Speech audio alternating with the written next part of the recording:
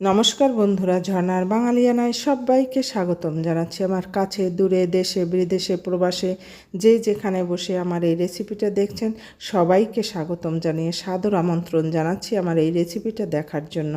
আমি আজকে রান্না করব গাটি কচু। আর এই গাটি কচু আমি ভালো করে ছুলে নেব, আর ছুলে কেটে ধুয়ে পরিষ্কার করে তারপরে নেব। এগুলো কিন্তু সিদ্ধ করেও খাওয়া যায়, তবে ছুলে নিলেই ভালো হয়, সিদ্ধ করলে একটু লোট লোট হতে চায়। সেই জন্য আমি এগুলোকে দেখেন বন্ধুরা কেটে নিয়েছি, আর কেটে একেবারে সুন্দর করে লবণ দিয়ে ধুয়ে নিয়েছি।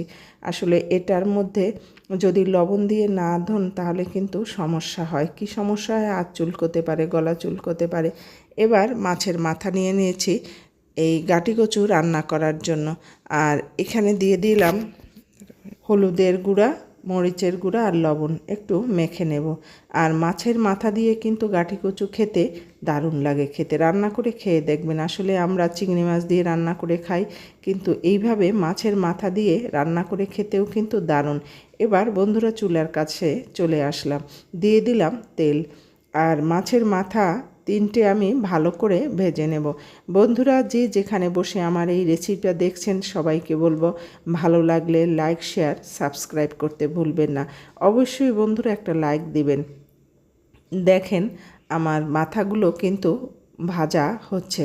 আসলে মাছের মাথাগুলো কিন্তু খুব ভালো করে ভেজে নিতে হবে, এপিট ওপিট করে ভেজে নিতে হবে।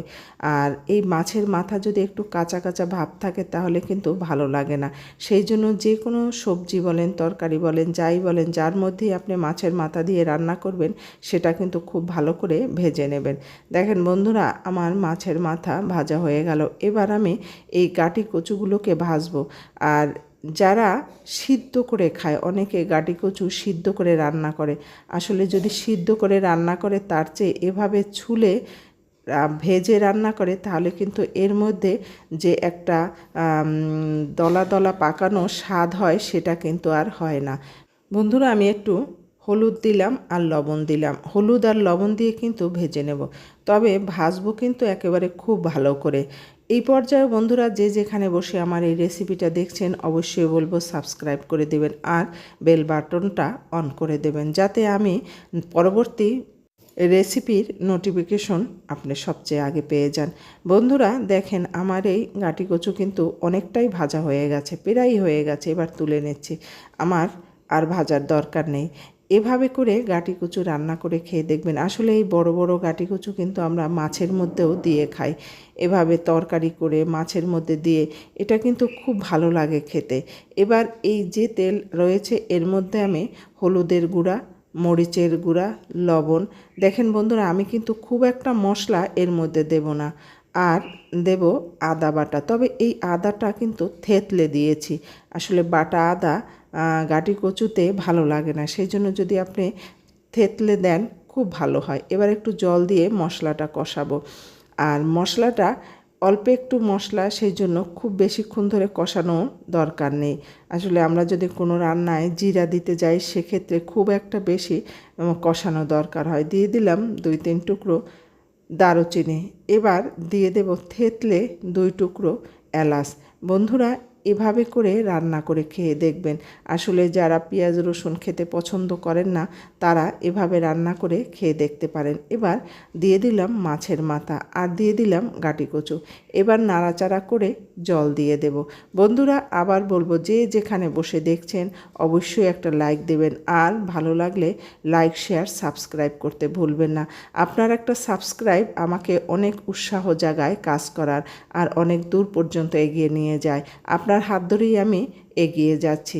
বন্ধুরা দিয়ে দিলাম গরম জল। আর যে কোনো রান্নায় অবশ্যই গরম জল দেওয়ার চেষ্টা করবেন। গরম জল দিলে কিন্তু রান্নার স্বাদ দ্বিগুণ হয়ে যায়।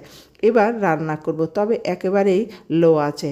গাটি কচু সিদ্ধ হতে কিন্তু সময় লাগে আর দ্রুত জল টেনে যায়।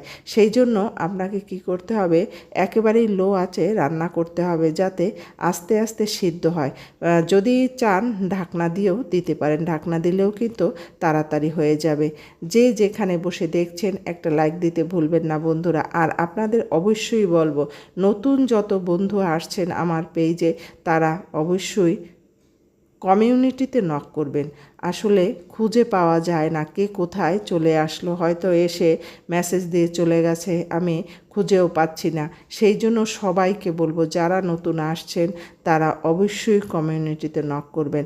কমিউনিটিতে বলে যাবেন বন্ধু হলাম, আপনার পরিবারে আসলাম, এসব কথা বলার দরকার নেই। আপনি শুধু প্রথম চলে আসলাম বা প্রথম আসলাম এ কথা বলে যাবেন, তাহলেই আমি বুঝবো যে আপনি আমার পেজে একেবারেই নতুন।